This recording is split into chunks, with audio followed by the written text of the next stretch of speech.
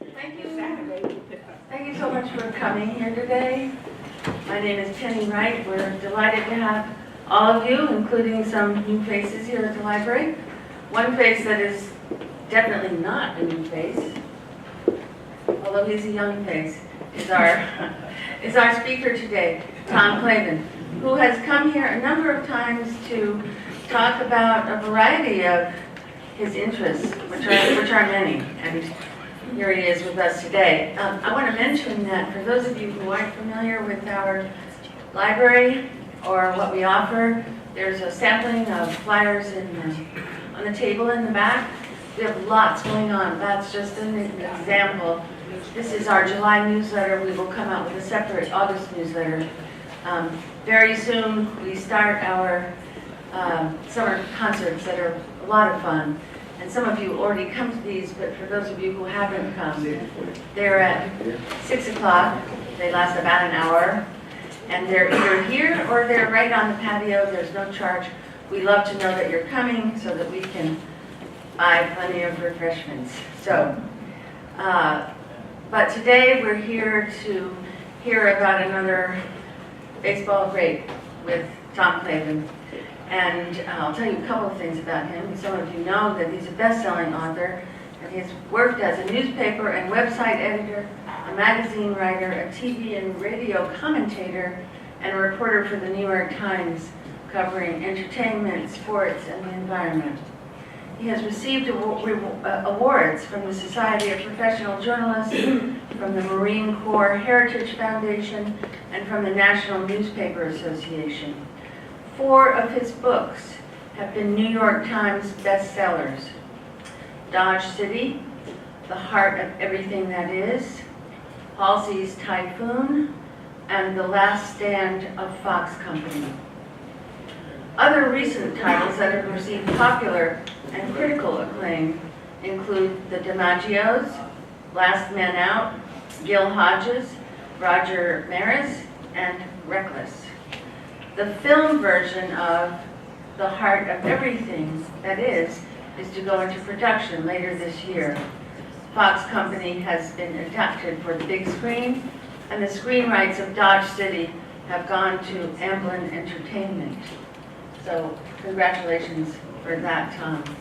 His latest project is Lucky 666, The Impossible Mission, published by Simon & Schuster. And forthcoming from that same publisher is So Superb a Man, George Washington, Valley Forge, and the Rescue of the American Revolution. We're very grateful that he made time to be here today. Please welcome Tom Clavin.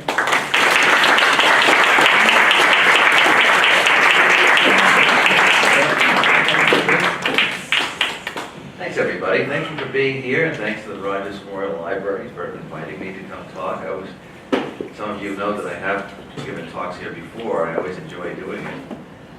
Friendly crowd, cookies are good.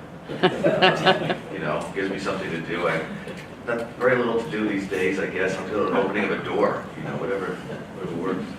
But I'm glad to talk about being Ted Williams. It's kind of an unusual, a bit of a departure for me lately, because the byline is by Dick Enberg with Tom Clavin, and that usually means that the person maybe I played a small role in it. I didn't, but from the very beginning, this was going to be Dick's book, and I'll tell you a little bit more about how that came about to work with Dick Enberg. Some of you, or many of you, are quite familiar with Dick's work from his many years of being in broadcasting, work with the Olympics and Wimbledon and all those kind of things. I'm going to tell you the story of the book, but I might read a couple of things. I want to start off with this one passage, which is Dick is a young broadcaster. It's 1969. He has got a job, just started a job, doing play-by-play for the Los Angeles Angels, which became the California Angels, which became the Anaheim Angels, and now they're the Los Angeles Angels, I think, as of today. At that time, some people who were familiar with Ted Williams' career may even not remember that Ted was a manager for 3 years. He managed the Washington Senators when they used to be a Washington Senators. So Dick is with the Los Angeles Angels. They're in Washington for the very first meeting of the two clubs that season. Before the game, I bounced down the, this is Dick, first person. Before the game, I bounced down the dugout steps with a big moment of being in direct contact with the man I had idolized since listening to the broadcast of the 1946 All-Star Game in Detroit.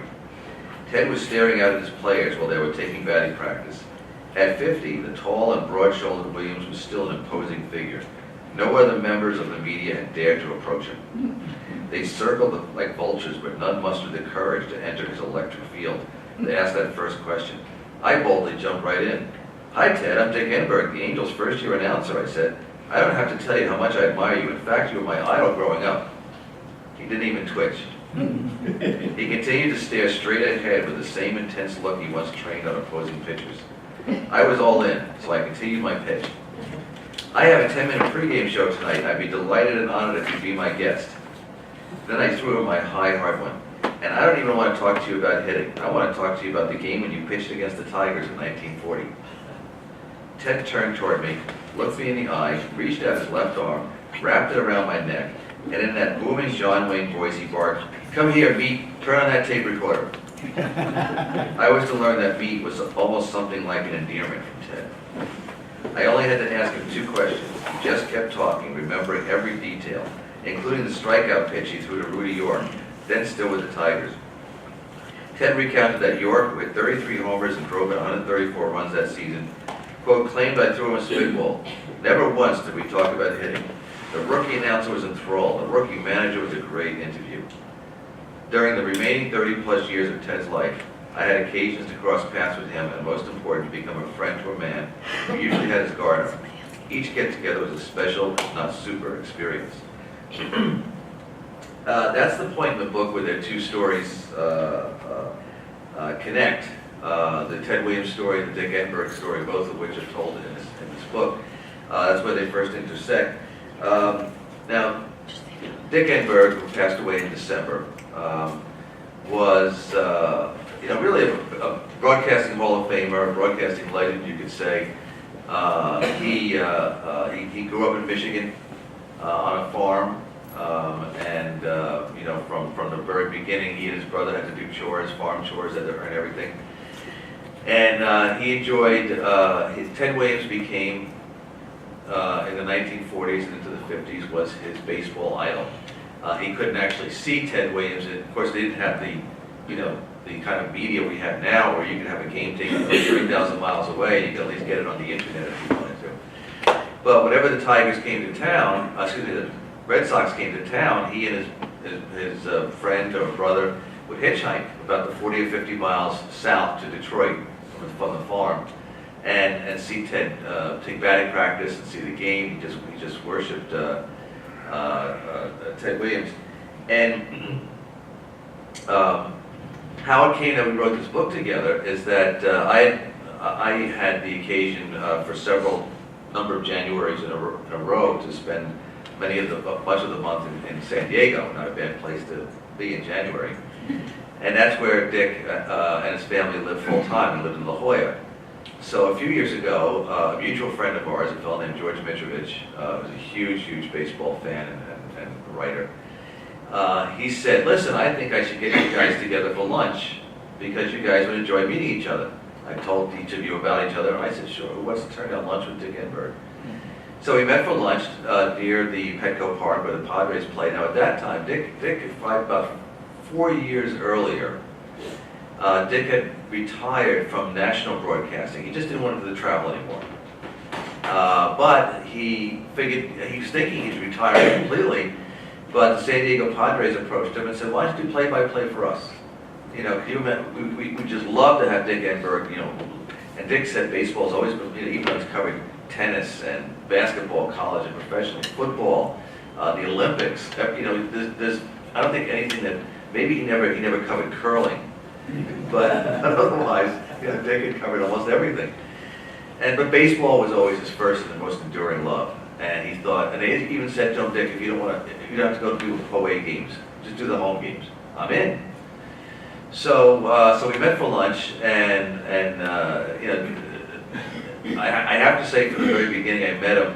he's one of those rare individuals, like Yogi Berra was like this, what you see is what you get. You know, he was an authentic, genuine, down-to-earth kind of guy. And, I mean, he was familiar with his place in the broadcasting pantheon. You know, it wasn't like he said, oh, shucks, I never did anything. He knew that he was a Hall of Fame broadcaster. And he earned it because he worked very, very hard all those years. But otherwise, he didn't want to talk about himself. And we mostly just swapped baseball stories. You know, he's familiar with, you know, one reason why I wanted to meet me was to ask me about working on some of my previous baseball books. And some of you may be familiar with them. I think the very first one I did was the biography of Roger Maris, and then a biography of Gil Hodges, and then more recently was a book about the DiMaggios, Joe, Dominic, and Vince and their families, and the three of them were ball players at the same time. And between the three of them, they had 22 All-Star teams. Most people only know of Joe. So we were swapping baseball stories and talking about the books, and Dick said, you know, I'm going to be retiring even from the Padres soon, and I'd love to work on a book. And I was not looking to work on a book with anybody, you know, even Dick Enberg. But I said, well, why don't we kick around a few things? And so we did over the next year or so. We kicked around a few things. And I threw a couple of ideas past my agent, and we just couldn't get any traction. So a year ago March, I was on a book tour for another book called Dodge City, and I was going to give a talk at this bookstore in La Jolla.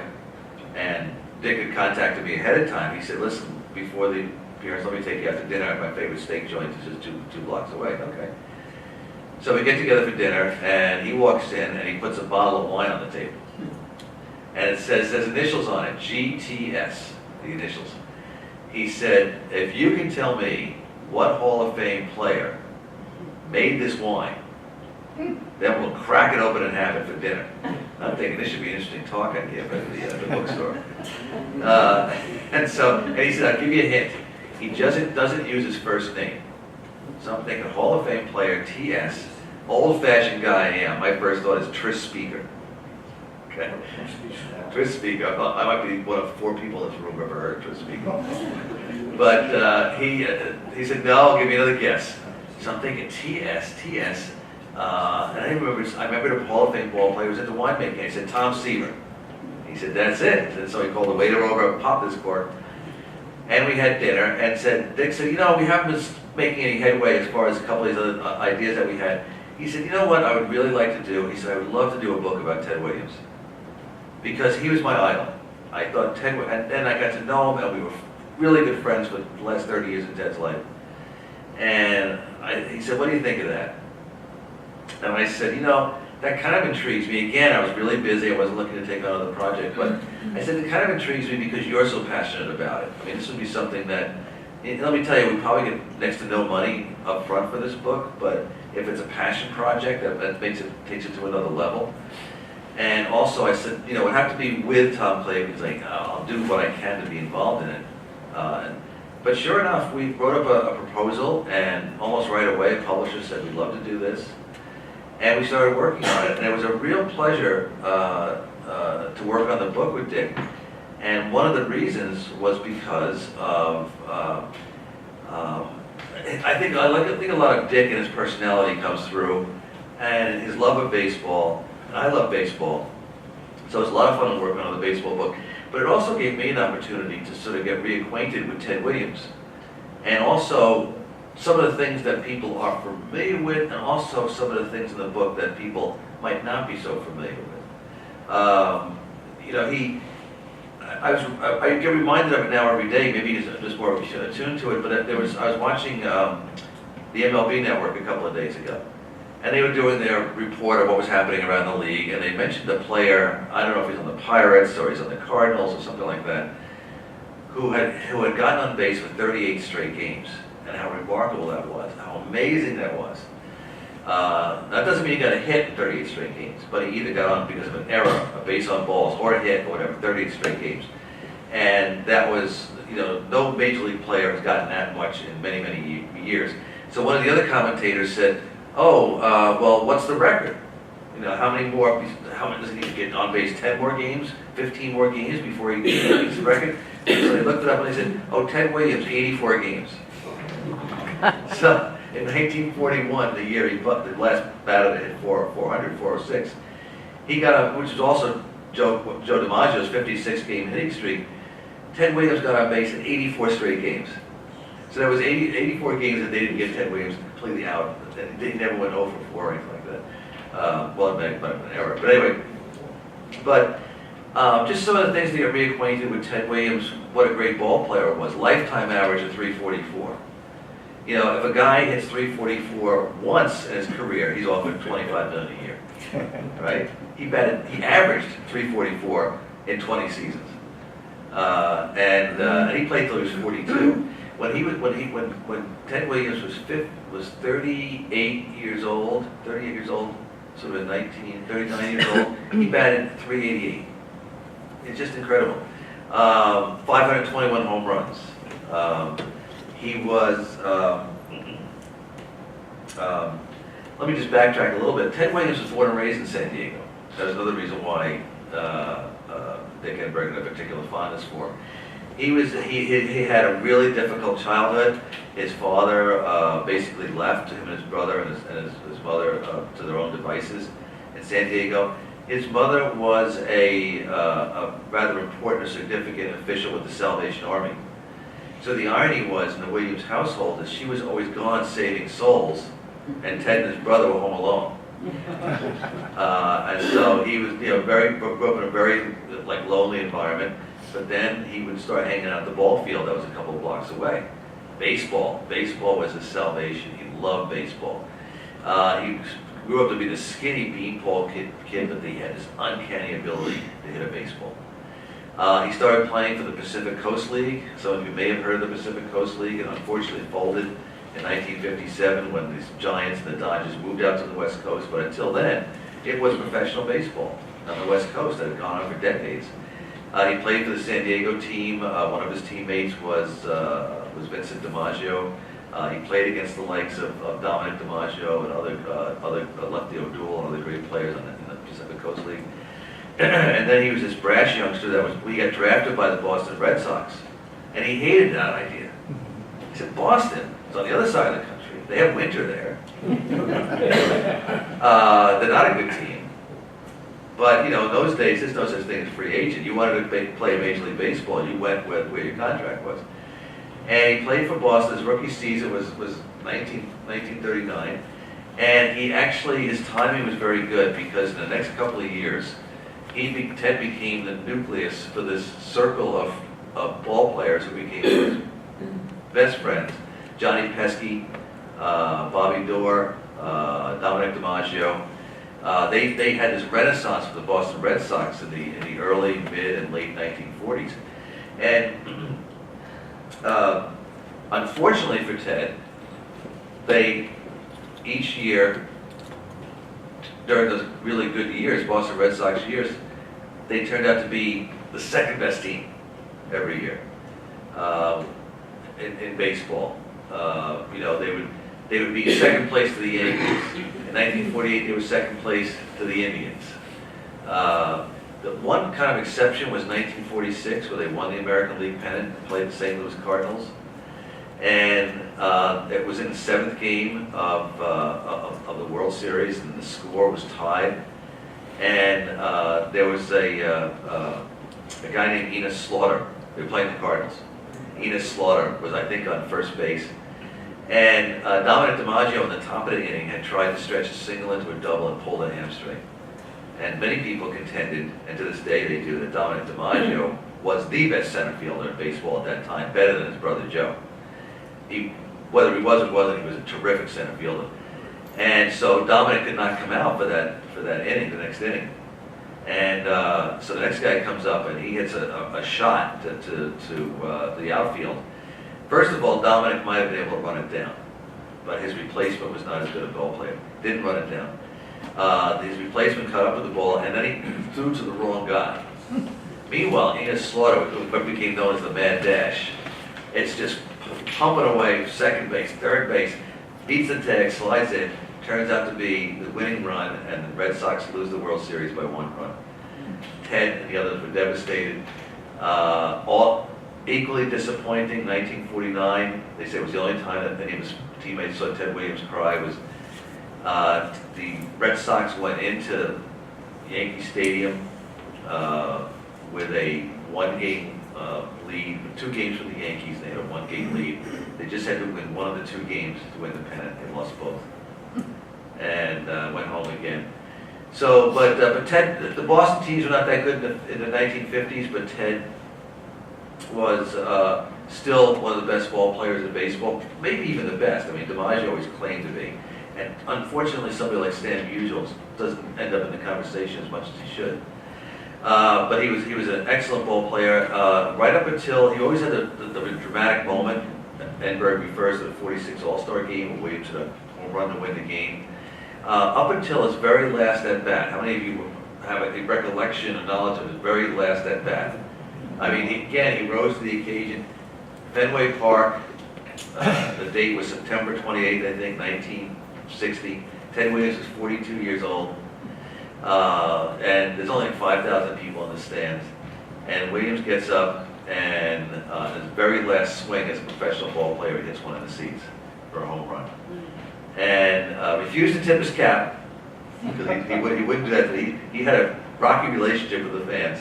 Refused to tip his cap. Innings over, he goes out to left field, and the manager sends out a player named Carroll Hardy to take Williams' place. And of course, there's a big cheer as he comes back in. He just keeps his head down, goes in the dugout. That was the end of his career. That was all fun working on that part of the book with Dick, because that was exciting for Dick, because he lived all of this in a sense as Ted Williams' #1 fan. But we wanted to do in the book is point out some things that people either, I'm not going to say never heard of, it wasn't like they weren't out there anywhere, but they tend to get overlooked by his baseball accomplishments. One was he was a big champion of black ball players. The Boston Red Sox were the last major league team to have a black ball player on their roster, Pumpsy Green in 1959. That was 12 years after Jackie Robinson broke the color barrier. Ted was always agitating for black ball players. There's a couple of stories in the book about when he would be staying at the hotel, and there's one story about a black pitcher for another team that he got in a taxi to go to a hotel, and it was a hotel that would accept black ball players. Ted and the Red Sox were staying in a hotel that would not accept black ball players.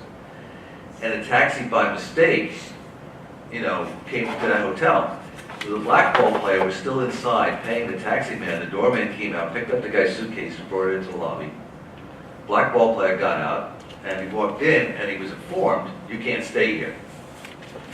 And he said, "Well, okay, can I just come in there and get my suitcases back?" "No, you can't come in here. You're not allowed." They wouldn't let him go in the lobby to get his suitcases, but Ted Williams happened to be coming around the corner. And you could hear him through the whole hotel as he reamed this doorman and made the doorman pick up the guy's suitcases, call a taxi for him, and put the suitcases in the taxi. He was always agitating for it, and one of the most remarkable things that we talked about, we show in the book, Ted Williams was inducted into the Baseball Hall of Fame in 1966. His speech was his demand that the Hall of Fame be opened up to black ball players from the Negro Leagues. And sure enough, because that movement started that day, and 4 years later, Satchel Paige was the first one into the Hall of Fame. He was followed by other great ball players from the Negro Leagues. His military service. Some of you, of course, are aware that during World War II, that there were a number of ball players who were called into military service. Many of them were more ceremonial, and they spent most of their time playing games, having exhibition games, raising money for war bonds, things like that. There were a few who saw combat. The great Indians pitcher, Bob Feller, he enlisted 2 days after Pearl Harbor, served in battle in the Pacific on the USS Alabama. Yogi Berra, what landed on D-Day on Normandy. Ted Williams was a pilot in the Marine Corps. He became a Marine Corps pilot.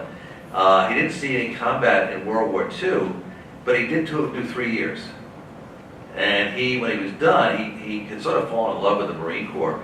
So when the war was over, he stayed in the Marine Corps Reserve, not realizing the jeopardy he was putting himself into. And that was that when the Korean War broke out, they called him back in. And he said, wait a minute, I did 3 years. What do you call it? And they said, well, we have a shortage of pilots. If you were just an infantry, if you were just a grunt, we probably wouldn't bother, but we need trained pilots. So, but he had to be retrained on jets. And sure enough, there he is. He finds himself in Korea in 1952 and 53 as a fighter pilot. He was a favorite wingman of John Glenn, who was a Marine Corps fighter pilot. And Ted Williams was John Glenn's wingman. The third mission that Ted flew, he was on a bombing run, and his jet got strafed, and all kinds of things were exploding on his jet. And he said, I got to get this thing back to base. And the reason why is Ted was a big guy, bigger than the average pilot. He was even told by when they would help him get into the cockpit, if you have to press a button to eject, you're probably not going to get out. So he realized his only chance of survival was to try and get this jet back to any base he could. Well, the thing is the gas is flying out of it, it's on fire. This thing crash lands. Ted manages to get himself out, and as he's running away from it, it explodes. So one of the greatest ball players of all time, could well have died that day. He flew 39 combat missions during the Korean War. And, of course, when he finally got back to baseball, it's like, I'm done, right? That's it. And they brought him back for the rest of the 1953 season. They signed him for the 54 season thinking, this will probably be it for Ted. He played till 1960.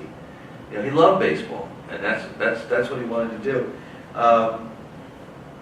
So there's one other thing that is very much unknown about Ted Williams that Dick Enberg knew that he wanted to emphasize in the book, or at least make sure that people knew about it. And we talked to people involved in the Jimmy Fund. Have any of you ever heard of the Jimmy Fund? Okay, it's headquartered in Boston. It has for decades raised tens of millions of dollars for sick children. Well, Ted Williams had a particular empathy, for kids who were sick, and sicker they were, the more he went out of his way. Unless something was absolutely impossible, he would not refuse a request to visit a kid in the hospital. And there's a story, one of the stories in the book is that the Red Sox got to Cleveland early that afternoon to start a series against the Cleveland Indians. And somebody came up to Ted and said, there's a kid in a hospital about an hour from here. He asked me if he would sign a baseball for him. He's the biggest fan. He's terminally ill. He's a great fan, of course. It would really mean a lot to him to have a signed Ted Williams baseball. And Ted said, where's this hospital? He chartered a plane, flew there, visited the kid for the afternoon, signed the baseball and other memorabilia, flew back, and was there in time for the first pitch of the ball game that night. That was the kind of guy he was. I think I have something. Let me just see if I... one thing very quickly, that what we had to do... Oh, by the way, we basically had to sort of talk to people at the Jimmy Fund to say, is it okay to tell some of these stories, even though Ted's been dead for years? Because Ted Williams had something with the reporters who covered him anywhere he went, especially in Boston. And Ted was not easy to get to interview, so, you didn't want to get too much on his bad side. He wasn't a big fan of the media. You didn't get too much on his bad side.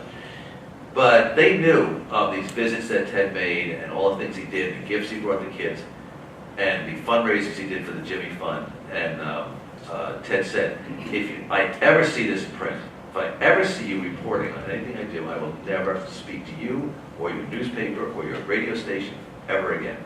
And they respected that because they didn't want to lose him completely. He was the biggest star in Boston. And so even after his death, a lot of the stuff didn't come out. Just one paragraph here. Mike Andrews, a former Boston second baseman, some of you remember Mike Andrews, a former Boston second baseman who served as the executive director and chairman of the Jimmy Fund for over 30 years, confirmed to me the touching incident related by Lee Montville. Like the kid who was dying and wouldn't let go of Ted's finger, Ted just pulled a cot next to him and slept there all night. the kid holding Ted's finger. The way Ted got to know kids was remarkable. He came back to see them again and again. Always remembered their names. He'd show up anytime. And just as a quick aside, this is a story that is in the book, and I also put it in the DiMaggio's book. Emily DiMaggio, who's nowadays the widow of Dominic, she will turn 95 in September, and she's still amazing. She still drives. I stay in touch regularly with a wonderful guy, Dominic DiMaggio Jr., who's known as Paul DiMaggio. And he says, I always feel like if my mother gets in the car, I should contact the media to put an alert out. Let people know, Mama DiMaggio's on the road. But she was very, very much involved with Jimmy Fund and also in general raising money for children, pediatric hospitals and things like that. And she told me the story that every so often, especially after Ted retired, he might be down in Florida most of the time fishing, every so often I was having trouble selling tickets. And I would make the call, and Ted would answer the phone. Ted, I'm having some trouble. He said, when is it? I'll be there. Ted's on a plane, boom, goes up there, he does the event. And of course, once they hear Ted Williams is going to be there, the thing sells out. So Ted would do the event, he'd shake hands, he'd be nice to people, which could be a strain sometimes for him. And the next plane, he's back in Florida, back fishing the next morning.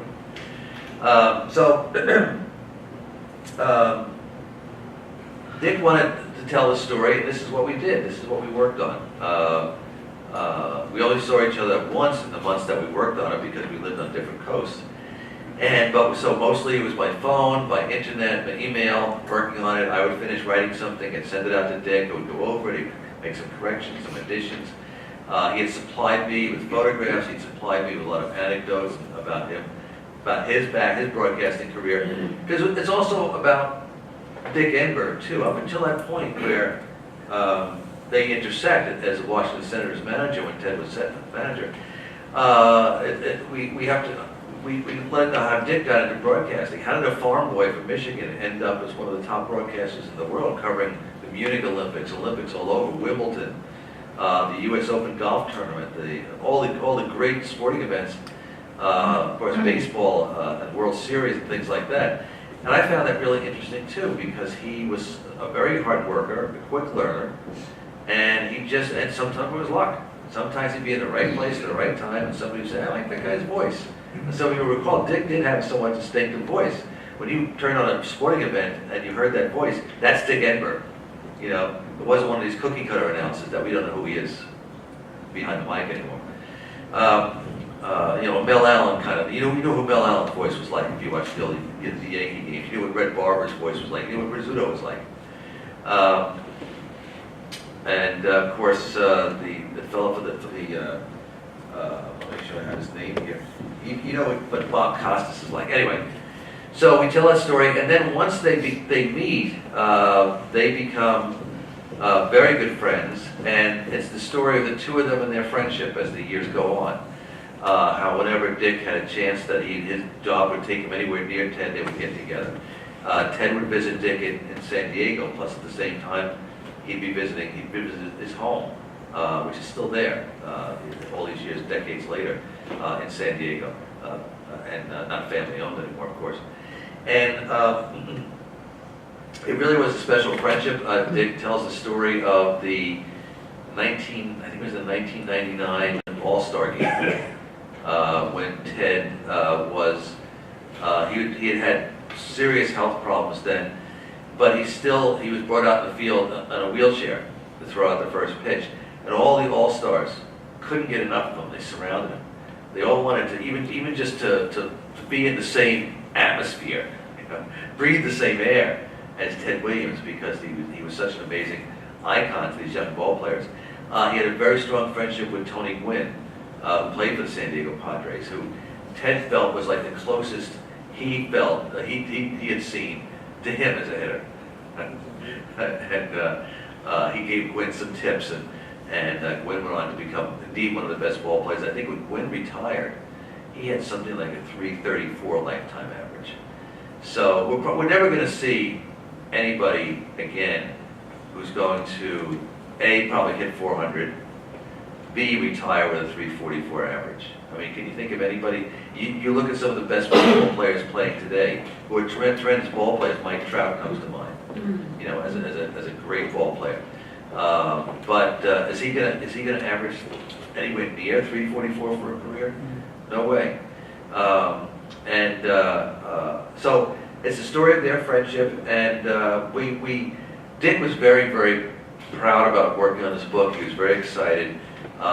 We were getting close to finishing the book, and last December, and we had sent it in to our editor, a very, very good editor named Julie Gantz at our publishing company, and she came back with her suggestions for some rewriting and some corrections and some revisions and stuff like that.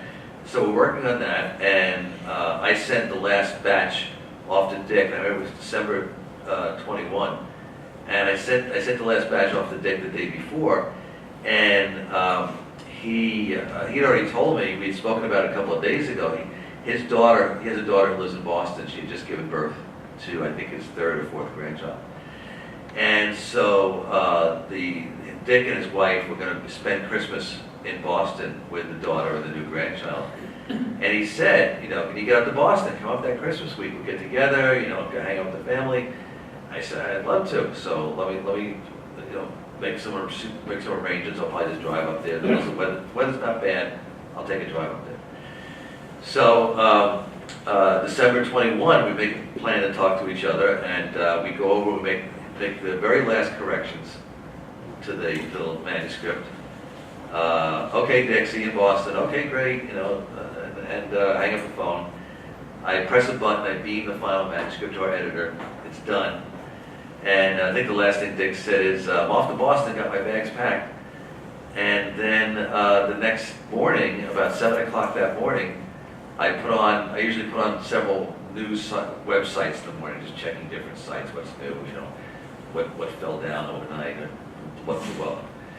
And the Hall of Fame broadcaster dies. And what had happened was that Dick's wife Barbara had gone ahead to help the daughter for a few days before Dick was following her out. And the plane from San Diego arrived in Boston, and everybody gets off, and Dick didn't go off. And then Barbara finds out, well, he never got on the plane. And that's when she calls somebody in San Diego, and there was Dick, had collapsed in his house with his bags packed. A sudden, massive heart attack. They believe he died like in one of those things where before he hit the floor. Just a sudden, massive heart attack.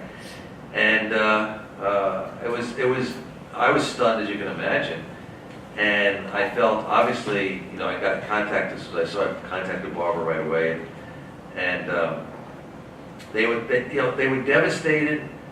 And this is not a justification for dying, but Dick was a month short of his 83rd birthday.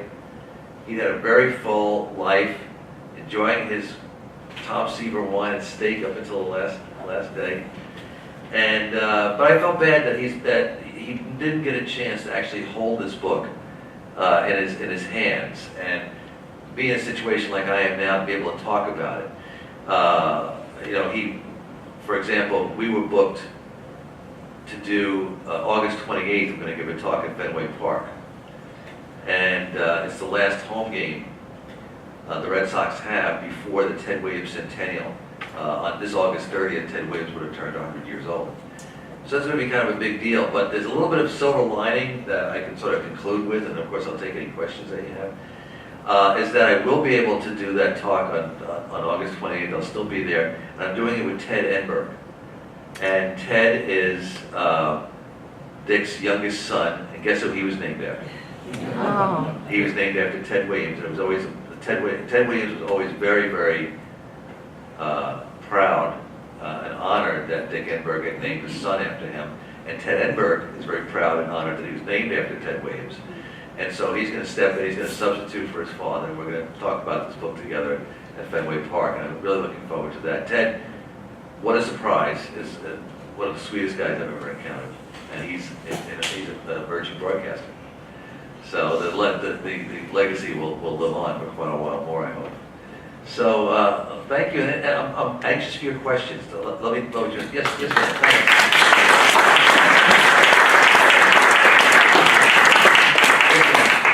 My husband and I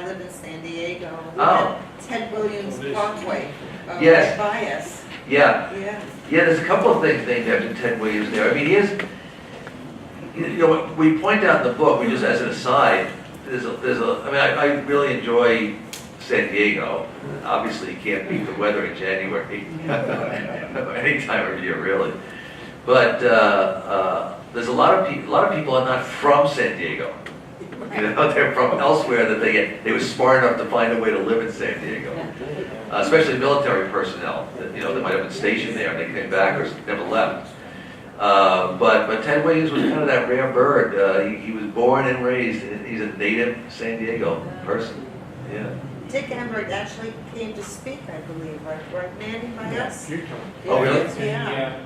We also co-produced a play about Alan McGuire. And Yes. Yeah. Yeah. We saw that, and he gave a little talk about it. Yeah, he was very involved with the community. Yeah, Yeah, he did a lot of things. he did. He really was a genuinely lovely guy. Yeah. You know, and in addition to losing somebody who was a colleague, somebody I was working with, just, you know, the world's a little worse off than Dick Enberg's not in it anymore. Yes, sir, you had a question? Yeah, I saw Ted Williams play a lot of times in Yankee Stadium. Yeah. So you can guess who I was rooting for. Yeah. It was not Ted Williams. Right. But he was an incredible hitter. And I always contrasted him with Joe DiMaggio, who was my hero. Yeah. Did he and DiMaggio ever talk to each other, or did they hate each other? How was that relationship with You know, they actually had a pretty cordial relationship for two reasons. One, because they were both the best ball players of their era. And the crowds, you know, loved them, cheered for them. So, like, they were the only two who really knew what it was. It's like Gehrig and Ruth, you know, there was some rivalry there, but they knew what it was like to be Ted Williams, to be Joe DiMaggio. So there was a certain connection there. Personality-wise, they were very different, because Joe was very quiet and distant. And you know, he has somewhat of a good relationship with his teammates. Some of them, Tommy Henrik said I played next to Joe DiMaggio for 15 years, never once went out to dinner. Ted's teammates loved him. They thought he was the greatest. He was very generous with them. So their personalities were different. The other reason why they had a good relationship that continued on after their careers were over, baseball careers, is that Ted and Dominic DiMaggio loved each other like brothers. Dominic would always say, don't disrespect to Joe, but Ted was closer to me than my brother was. And there's a story in the book. Dominic DiMaggio came out with a book called Real Grass, Real Heroes, about baseball in the 1940s. The book came out like in 1980 or something like that. And the publisher had arranged for a book launch party at Tavern on the Green in New York. And some of the former Red Sox players were going to be there. And Joe was supposed to be there. And Joe lived in an apartment that was like 6 blocks away. Joe never showed, but who flew up from Florida to be there? But Ted Williams. So, out of respect for Dominic, Ted always tried to have a cordial relationship with Joe, even though Joe could be a hard guy to get along with, especially as the years went on. And then there was the thing that kind of graded Ted. Whenever there was an all-star game or old-timers game or something like that, Joe DiMaggio had to be introduced as the greatest living ball player. That's like, well, so, am I going to be introduced as the second greatest ball player? No way. So, yes, sir. Ted thought, as great as Dom was, that Jimmy Pearson was the best center fielder he ever knew. Yeah. I thought that was interesting. The other thing is, you didn't talk about cryogenics. Yes. And the fact that Ted's body and head is frozen. Yeah. And that I know he wanted to be cremated. Right. It was in his will. Yes. So how did that happen? Yeah, we don't cover the cryogenics, I don't know what you want to call it, but aspect of Ted's afterlife. But Ted was, had a difficult relationship with his 3 children. He had 3 children by 2 different wives. And his firstborn was a daughter who he was off and on estranged with throughout much of her life. And then he had another daughter who actually, in the later years, had a good relationship with Ted. And then he had a son who was, again, it's somewhat of a rocky relationship, but as Ted got older, his son became like his business manager, slash agent kind of thing, especially as the memorabilia market started to take off. When in the 1980s, a signature that somebody would have tossed off in the 1960s became valuable in 1988 and 1992. And to get Ted Williams to sign something, a program, a baseball, a bat, or anything like that, he could make good money. I mean, Joe DiMaggio made millions in the last years of his life doing these things. He didn't like doing it, and he didn't really interact with the fans. But Ted would do it mostly at the instigation of his son. And his son was somebody who came to believe in cryogenics. And for some of you not familiar with that, that's the idea that you can be frozen at death, and that some years later, you can be brought back to life once they, I guess, can cure whatever killed you. I don't know how exactly that works, but that's the basics, I guess. So Ted, in his will, wanted to be cremated, and probably his ashes spread maybe down in the favorite fishing grounds or something like that. But supposedly, when he was pretty feeble towards the end of his life, the son worked something out and got one of the kids to sort of like outvote to one or the other, to change something or to write a codicil to the will or whatever, in which he agreed to do this. So that's the way it worked out. Ted Williams' body is at a cryogenics facility in Arizona. And actually next to him is his son, who died. He was only in his 40s when he died of leukemia, just like Ted's younger brother did. So they're both side by side in the cryogenics facility. But and for this book, I mean, you can find that written about. There are biographies about Ted by Ben Bradley Jr., by Lee Montville, both very, very good writers and biographers, so you can get more of the details of that. But that wasn't what Dick wanted to write about. He had nothing to do with that. And he wanted to write about his friendship with Ted up until Ted dying, and that was not part of their friendship. Yes, sir. As you, of course, know, Ted Williams went to work for Sears, advising them on Yes. hunting and fishing. And in 1979, I was invited to one of their meetings, a reception for Williams. And of course, he was surrounded throughout. Yeah. But then there was a moment when no one was around him, and I hurried over and said that when I was in junior high school, you could bet a nickel that 3 players between them would get 5 hits. And if you won, you got a quart. I said, but because of my loyalty to Joe DiMaggio, I could not bet on you. Right. And I started to walk away because everybody was waiting to see him. Right. And he grabbed me by the hand and said, come back, who did you bet on? Yeah. And I started naming people. Right. Rudy York, Right. names like that. And then I said, they're waiting to talk to you. He said, I don't care. Who else did you bet on? And I'm starting to name these people. Right.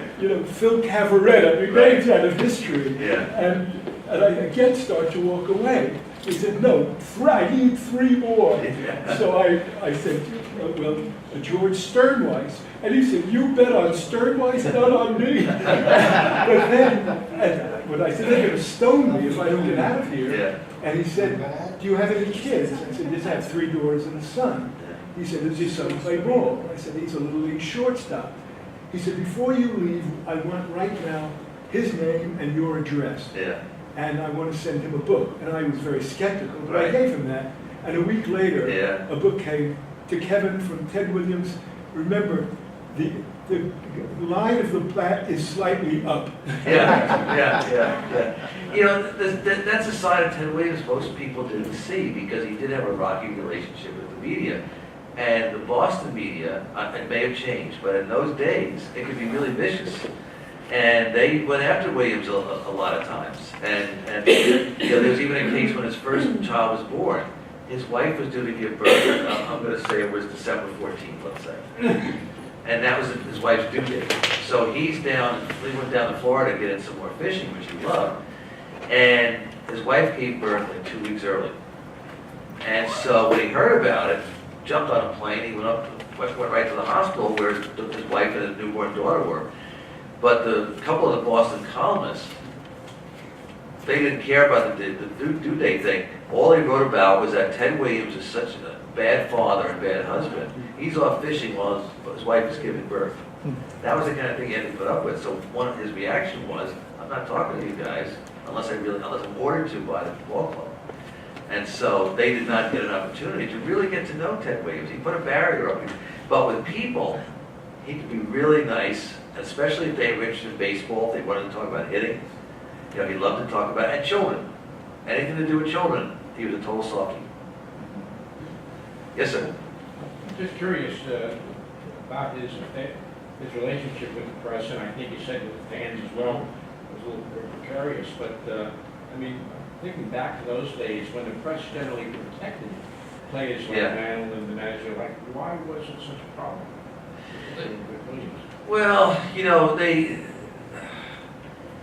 Ted, it wasn't really a two-way street for Ted. Ted was not gonna bow down to them in any way. Ted was a very proud man. He's a very outspoken person, very blunt, very loud. You know, as we said to Ted Williams, every sentence Ted Williams ever said ended with an exclamation point. And so he was protected to some extent. You know, he was a bit of a ladies' man, and so that didn't get into the press. So that rule was basically enforced. So it was really more that sometimes the press went out of their way to criticize him instead of just writing nothing. You know, there was this one particular columnist there that, you know, even the other members of the press turned against this columnist because he was writing about how Ted Williams, you know, was not a patriot about some ridiculous thing. The guy spent 5 years. You know, Ted Williams was 521 home runs. Okay, he lost 5 years in military service when he was in his mid-20s and his early 30s. What would his statistics have been like? You know, if he had been during those, he would have averaged, you got to figure, at least 30 home runs. That's another 150 home runs he would have. So, you had a question. What was the maximum that Ted made? You know, Ted actually the Red Sox were good to Ted money-wise. The most he ever made was, I'm going to say it was $125,000 towards the end of his career. And actually, in 1959, he had a pretty bad season. You know, it was his first bad season since he was a rookie. And he went to the owner, Tom Yawkey, and Yawkey said, do you think you should retire? And Ted said, I'm thinking about it, but I hate to retire after such a bad year. So, can I have one more year? Yawkey said, of course. You know, you tell me when you're ready to retire. He said, I'll just contact whatever the general manager was, and Joe Cronin. So I'll just have him draw up the usual contract, which called for another $125,000. Ted refused to sign a contract for more than $90,000. He took a $35,000 pay cut because his '59 season had been so bad. And you know, and he was not making a ton of money, you know, doing other things. This was basically his income. But Ted did make, he made good money for those days. And he made good money afterwards because he's working for Sears Roebuck. He was doing some other endorsements.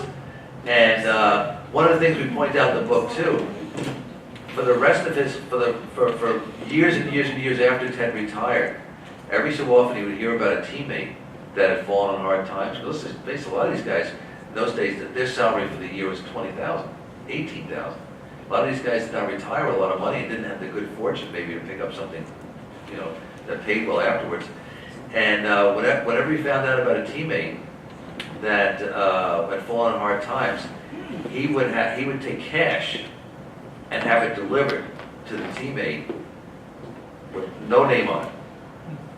Some of these teammates managed to pay their rent and buy food and stuff like that, get up past a rough spot because they were ill or something like that, because somebody would show up at the door and say, this is a special delivery from a good friend of yours, refuse to say who it was. Some of these people never found out it was Ted Williams. So that's one of the things that Dick wanted to point out in the book, because, you know, in a lot of ways Ted doesn't have a great reputation because of some of the portrayals he had in the media, but there's a lot of wonderful things about him. Yes, ma'am. When I was in college, I was writing for Sears in their advertising department, and I found out that Ted Williams was on the sports advisory board. And it just came to me, the assignment, to introduce the Game Fisher boat. And so they said, well, Ted's going to be here next week, and you can talk to him, Yeah. and you can then write the copy for the Game Fisher boat. And I'll never forget it, he actually did come, and they sawed the boat in half, and it still stayed in the water, both sides of the boat, and that was the big thing, and it was the introduction of the Game Fisher boat. And now I understand you can still get the Game Fisher boat. Really? Okay. Yes. Handy to have in case you run into a destroyer. That's your boat in half. Yes, sir. A couple of things. Here's a Ted Williams tunnel in Boston. Ted Williams Tunnel, in Boston, yes. Boston. He's a good sport. I grew up there, and first of all, the press thing, as I remember as a kid, was he hated them. Yeah. He thought they were He stupid. called it Knights of the Keyboard. They were stupid, and I asked the same question over and over Yeah. and over and over. I said, he answered it. He also was a very blunt guy. Yeah. You know, he said whatever he was on his mind. But when I was a kid, I must have been 10 or 11, my brother and I and another friend heard of we thought a baseball game in Fenway Park, a college game. Yeah. We got my mother to drive us over there, lets us off, and we walk around, there's no game. We're just three kids, you know, in the middle of Boston, we had to get back to Cambridge. And we're walking across the Kenmore Square, and there was this beautiful powder blue Cadillac convertible. We love the Cadillacs. And we saw, oh my God, as we walked across, there was a barber shop, and we looked in the window, and there was Ted getting a haircut. And we stood there, gave it for about 10 minutes, Yeah. and he finished, and he came out, and he actually touched us. Yeah. Got in his car and drove off. It's just one of the great moments in life. Yeah, yeah. In a lot of ways, Ted lived very modestly, but there was something he had. He had to have that nice Cadillac convertible. He loved to drive them. Yes, sir. Yeah, you've done work with Robert Ramirez, and he seemed to have, Ted Williams and he seemed to have kind of a similar thing, and the press was writing each of one of them. Yeah. During the time that Roger phased out of his career, they always said he never did enough to get in the Hall of Fame. Yeah. And the other views say he didn't get the Hall of Fame because he never sucked up to the newspaper people. Was there any encouragement or any contact that Ted had with Roger saying, look, you did a great job, at least you did over 60 home runs, you didn't do it by juicing yourself? That's a good question. It's a good point because they did have kind of the similar relationships with the press. But I'm not aware that they had any crossover. When Ted, in his last season, was Roger's first MVP season, 1960. And of course they would have played each other with the Red Sox playing the Yankees. But Roger was just emerging as a star when Ted was in the last year of his career. So I don't think that, I'm not aware, I've never come across in my reading about Roger Maris or my reading about Ted Williams that there was any kind of crossover there. But I think they both wore the number 9, if I remember correctly. They were both, well, Ted was a left fielder, Roger was a right fielder, lefty swinger. But Ted was a much more complete ball player, hitting-wise, you know, because Ted hit for average too. He had enormously high on-base percentage. Roger rarely batted above 270. He was pretty much strictly a home run RBI guy. A difference was that Roger was a very, very good outfielder, right fielder. Ted was so-so. He would get kind of bored out in left field. And he's just standing there by himself. It got kind of boring after a while. Sometimes he'd call him a Dominic DiMaggio, they'd have a little conversation. But otherwise, he just found it boring. His mind would wander. So sometimes they talk about a guy hits a fly ball in the outfield, they got a good jump on it. You know, I'd take Ted a second or two to realize the ball was coming out. Yeah. You were just mentioning that Ted hit for average. Did you ever discuss with Enberg the Williams shift? Yeah. And we talk about that in the book for a bit. It's mostly attributed to a fellow named Lou Boudreau, who was a shortstop and a player manager for the Cleveland Indians. when they won the championship in 1948. It was Ted refused to give into it, and they, because he was a disciplined enough hitter. He could have poked it out to left field every time he wanted to, but he refused. They were challenging him. He loved the challenge, and he was going to hit it through them. He was going to hit it over them, and he was very, very competitive. There's a wonderful story I love in the book. There's a young pitcher. I think it was Pedro Ramos. It was his rookie season, and he's pitching against Ted Williams, and he strikes him out. And after the game, Ramos actually shows up in the Boston locker room with the baseball. And he goes up to Ted Williams and said, "Mr. Williams, it would be the greatest honor if you would sign this baseball." Williams looks at it, it's steam coming out. But he sees the kid's 22 years old, he's trembling, like this, the ball's like this. Ted said, "All right," and he signs it, gives it to him, get out of here. So about 2 or 3 weeks later, the teams are playing each other again. Ramos is on the mound. He throws one, he pitches. Ted hits into the right field seats. And as he's rounding first base, he yells over, "I'll sign that son of a bitch too if you can find it."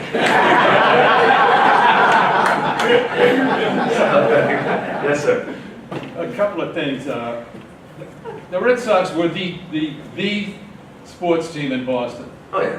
There was another ball club named the Boston Braves, but you could go there any day and walk in. You didn't even have to pay because they just couldn't get anybody. Yeah. But well after the Teddy Williams' career was over, he was very ill in Florida. Yeah. And Bobby Dorr and Johnny Pesky, whose name was Poveskovich, and Dominic DiMaggio, the three of them, got in a car and drove down to see him because they thought this could be the last time they were going to see him. And also, if you were a kid in Boston the way I was, when Ted Williams was due to bat, even if the game was lost 0-1, either way, if he was due to bat, nobody left. Right. You waited to see him bat, then you could leave. Yeah. Well, Dick talks about, he made sure when he hitchhiked down to the Briggs Stadium in Detroit, he got there plenty of times he had to watch batting practice.